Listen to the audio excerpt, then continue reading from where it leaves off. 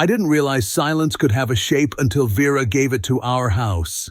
3 weeks ago, my wife stopped talking to me. Not a "we need space" pause. Not the classic "I'm fine" with a dagger under it. I'm talking full Olympic-level silent treatment. No good mornings, no "how was your day," no "do we need milk." If I vanished, the only difference would have been fewer cabinet doors closing, just loud enough to be heard. I used to panic when she did this.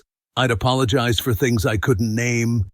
I'd buy flowers. I'd offer to cancel plans. I once even wrote a 3-paragraph text to explain why I wanted to grill chicken instead of salmon. This time, I made a cup of coffee, sat at the kitchen table, and listened to the hum of the fridge and the soft whir of my own brain turning back on. It was like somebody cracked a window in a stale room. It wasn't quiet. It was breathable. You want the origin story? It's not dramatic. I wanted to watch a basketball game with a couple of guys from work. Thursday night, sports bar. Wings. That's it. I said it at dinner like a normal person. Vera put her fork down like she was pinning evidence to the table. "Sure," she said. "Go have your boys' night. Don't expect me to be here waiting for you." If this sounds familiar, it's because we've been here 100 times. I said I wasn't choosing them over her. She said the words priorities and respect like she had them monogrammed. I should have seen the net closing. Instead, I said, "Actually, I think I will go." Thanks for understanding, curtain up. The next morning, there was a Vera-shaped hole in the air. Not in the physical way.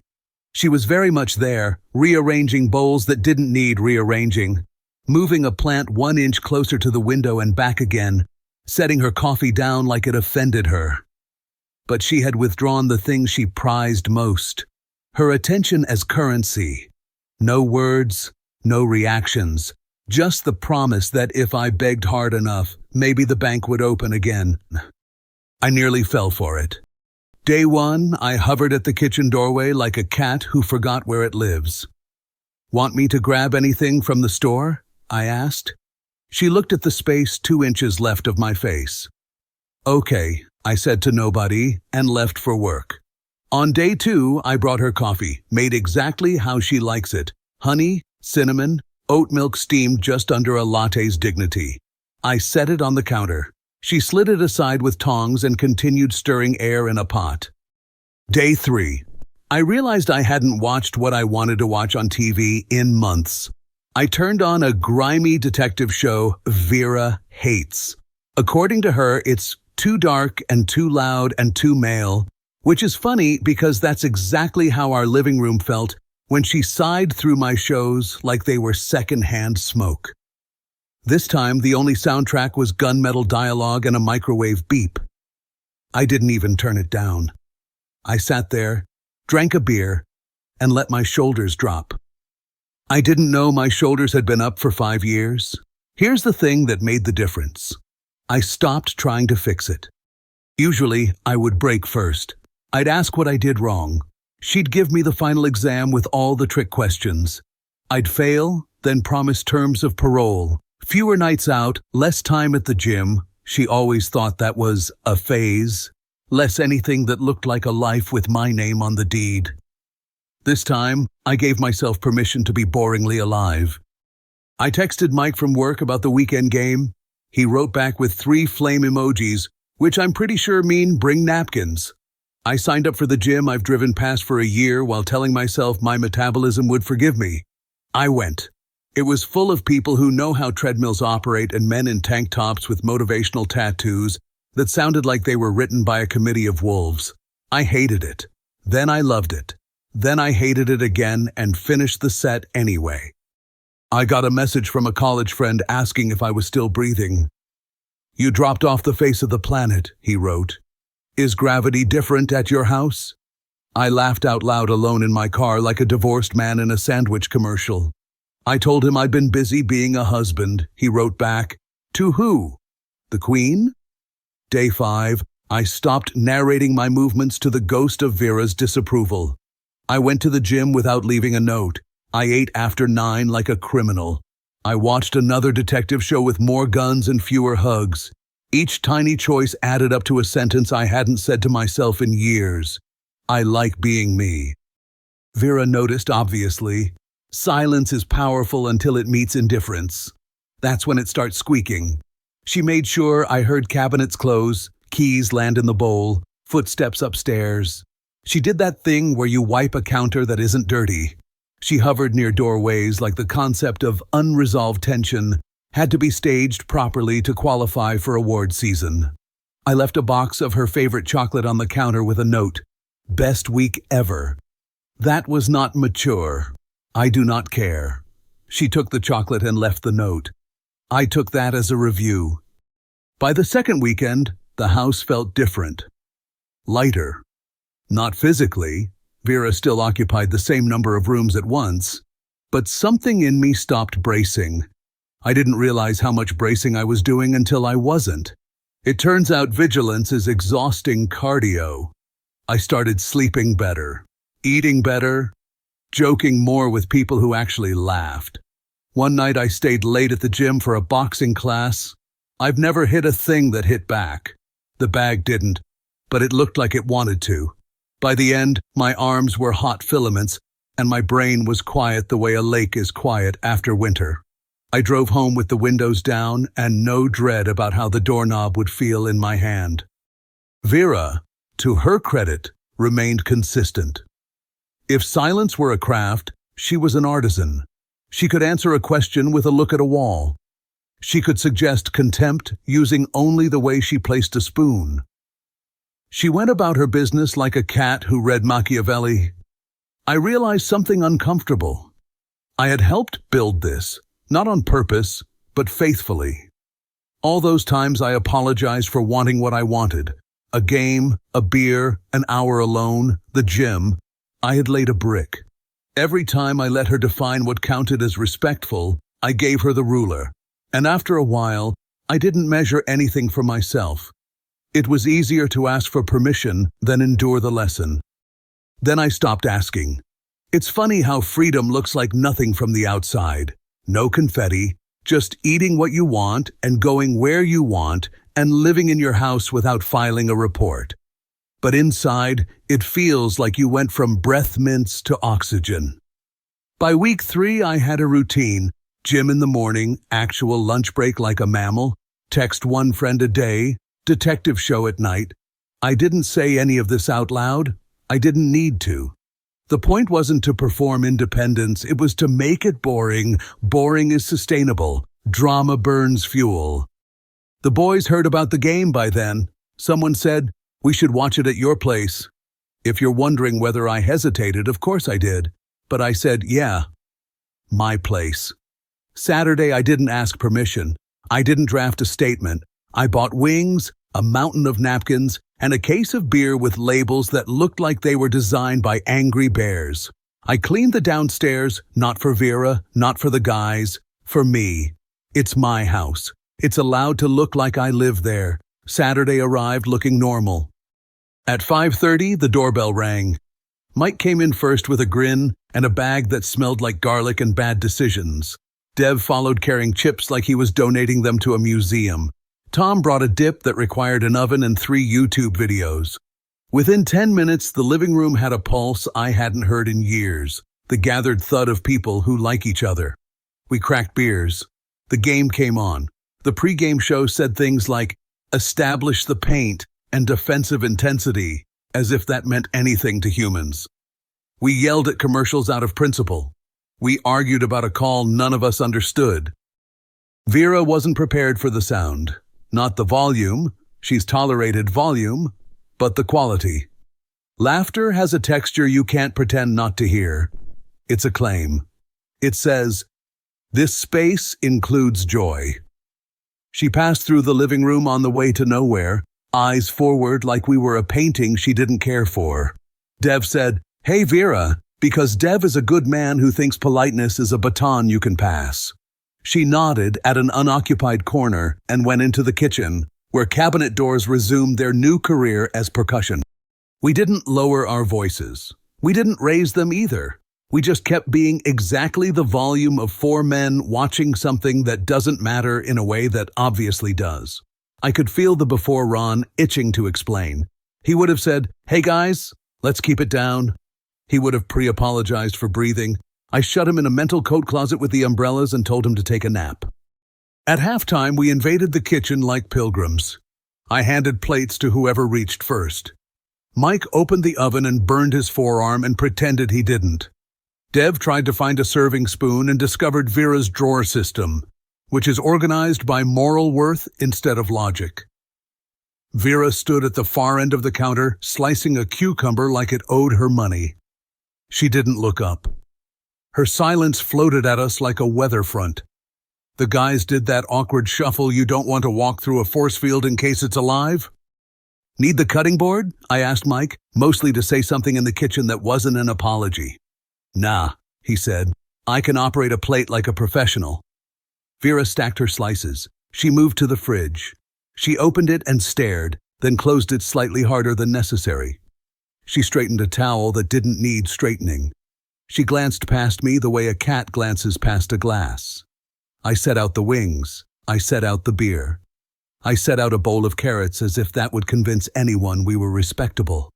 We lingered, waiting for the moment to become weird. It didn't. It stayed ordinary. There's power in letting a normal moment stay normal. Back in the living room, the game picked up. The guys fell into the low, happy hum that happens when sports are good background and better excuse. We told stories. We made fun of each other. We talked about a guy from college who once tried to microwave a fork and called it science. I laughed so hard my face hurt. I forgot to check the doorway every 30 seconds. Vera performed a masterclass in silent objection. She walked through just as a joke landed, not to share it, but to collect the air it used. She rolled her eyes in a way that translated into 6 languages. She closed a door as if gravity changed in that part of the house. She never said a word. The fourth quarter arrived and brought chaos. Mike stood up for no reason, like his legs had something to contribute. Dev clapped at a play that our team didn't even make. Tom invented a superstition with his cap and refused to take it off. The house breathed in and out with strangers on a screen, and I remembered why people keep doing this dumb ritual. For 90 minutes, you're 10 again, yelling at a TV with your friends and believing it matters. When it was over, and it ended with a win that felt personally validating even though it wasn't, we did the cleanup dance. Cans in the bag, plates in the sink, not because women will judge us, but because we were raised by people who taught us the difference between fun and being a raccoon.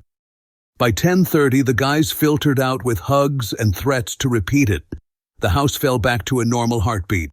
I stood by the coffee table, a plate in my hand, and realized I wasn't bracing for anything. I was full and tired and hoarse and fine. Vera appeared in the doorway, arms folded. She leaned against the frame the way a prosecutor leans on a question. Her eyes were sharp but tired. She didn't say a word. She was deep in character, but the expression was clear. This was a trespass. I didn't speak either. I nodded once and took the plates to the kitchen. I washed them. I wiped the counter. I threw out the carrots because obviously. I turned off the TV. I turned out the lights. I went upstairs to bed. For the first time in years, I fell asleep before my brain could file a noise complaint. Morning came crisp and obnoxiously blue. I woke up before my alarm for no noble reason other than my body had decided it liked existing again. I shaved without rehearsing conversations. I brewed coffee that tasted like an apology I didn't need to make. I sat at the table and scrolled nothing. Vera walked in. She looked exactly like herself, which is to say, immaculate and underwhelmed. She poured coffee with precision. She stood across from me and considered the steam like it had done something wrong. Then she spoke. "Did you seriously bring them here?" The first sentence from her in 21 days was a question shaped like a warning. I kept my voice level. "Yeah." "In our home," she said, as if I might have confused it with a community center. "In our home," I said. "Where I live. Where my friends are welcome." She blinked slow. "After everything." "After everything," I said. It felt good to not fill silence with a speech. I had a good time. She set her cup down like she was planting a flag. I was waiting, she said, for you to realize what you did and apologize. I looked at her, really looked. She was beautiful in that deliberate way. Every angle curated, every loose end tied into a bow you're not allowed to untie. I used to think that meant strength. Maybe it does. But it also means control, and I've been living under it like a ceiling fan on high.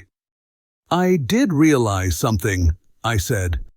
For 3 weeks, I slept better, ate better, laughed more, watched what I wanted, saw people who like me. I remembered I'm a person, Vera, not a student in detention. You thought you were punishing me. You gave me space to breathe. She opened her mouth, and for a second, I saw the storm roll in. Then I saw something else. Uncertainty. The story she told herself about me, the husband who apologizes on command, didn't match the man at the table. I'm not doing the cycle again, I said. The one where I beg, you pardon me, and I sign another invisible contract that says I'll be smaller next time. Her jaw set. So that's it? You'll just, what? Live like a frat boy? I smiled. Like an adult. She laughed once, a sharp, humorless sound. You think this is about a game? I think this is about 5 years of me handing you the pen. I'm taking it back. I stood. I'm going to work. And when you come home, she said. I'll come home, I said, to my house. I left my cup in the sink and grabbed my keys. On the way out, I added, because truth should be spoken plainly when it finally shows up. If the cost of peace is your silence, I can pay it forever. The door clicked behind me. It wasn't loud. In the car, I sat for a moment and watched the morning start. I didn't feel triumphant. I didn't feel cruel. I felt accurate. Something fundamental had shifted back into alignment, like a chiropractor with a conscience had visited my spine. At lunch, I called a lawyer. Not in a blaze of rage, not as revenge. Just logistics. A conversation about next steps with a person who treats marriages like contracts, which is awful and necessary. He talked about words like petition and filing and dates that sound like courtrooms. I listened, took notes, and realized my hand wasn't shaking. On the drive home, I didn't think about what to say to Vera. I didn't rehearse being reasonable. I didn't prepare to be scolded. I turned up the radio and let a stupid pop song with 3 chords and a rented chorus remind me that joy is often simple and a little embarrassing. When I opened the door, the house smelled like lemon cleaner and a last stand. The living room was perfect. The kitchen counters gleamed like a promise she meant to keep to herself. There was a stack of folded towels on a chair and a pair of my gym shorts on top, as if she needed to curate even my sweat. I took a breath, and the air went all the way down. Tomorrow I'll make it official. Today I'll let the reality settle. Not the drama of it, not the scene, but the math. We don't work. I've known it in micro for years. Now I know it in macro, in a way that doesn't need anyone's permission. I went upstairs and sat on the edge of the bed for a minute, letting the quiet sink in.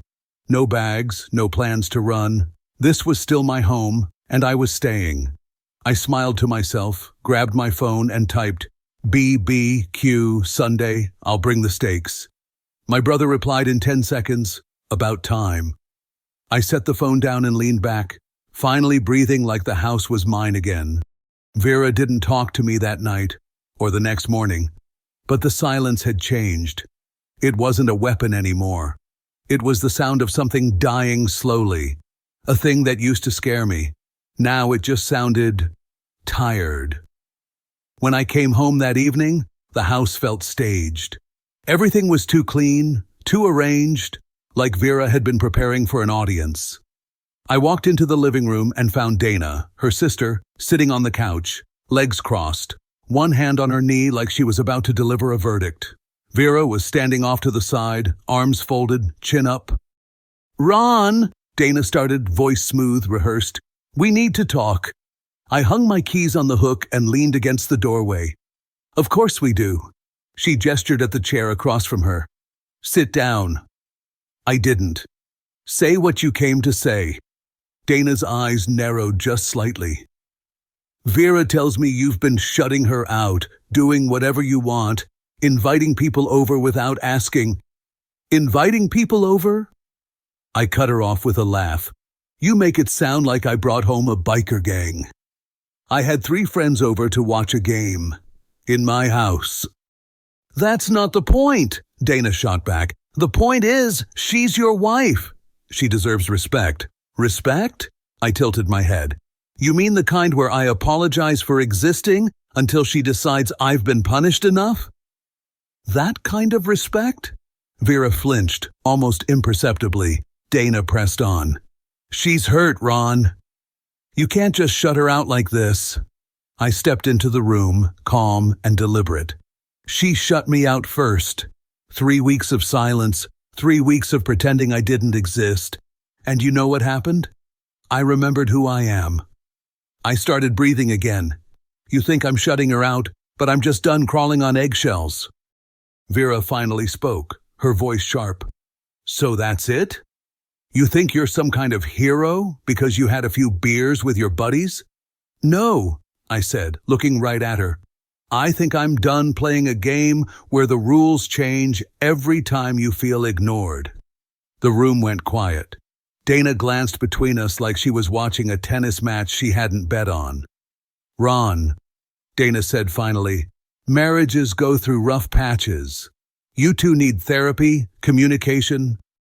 We had 3 weeks of communication, I said, cutting her off. The silent kind. And it was the clearest message I've ever gotten. I am happier without this constant tension, happier without the control. And I am not going back. Dana blinked, then turned to Vera as if waiting for her to launch a final attack. Vera stayed quiet. Then what are you planning to do? Dana asked me. I already did it, I said. I filed. The words hit the air like a slammed door. Dana's perfectly calm expression cracked for the first time. Vera's arms dropped, and she just stared at me. This is still your wife, Dana said softly. Not anymore, I said. Not in the way that matters. Dana exhaled, stood up, and picked up her bag. Come on, she said to Vera. Vera hesitated, her eyes locked on me. For a moment, I thought she might try to fight, scream, cry. But she didn't. Vera went upstairs to the bedroom. Then she came back down with 2 suitcases. I'm staying with Dana for a while, she said flatly. No tears, no theatrics, just those words. I nodded. That's probably best. She picked up the bags, paused for a second at the door like she wanted to say something else, but didn't. The door closed behind her with a soft click. When they were gone, the house felt enormous, too quiet, too still, but not suffocating.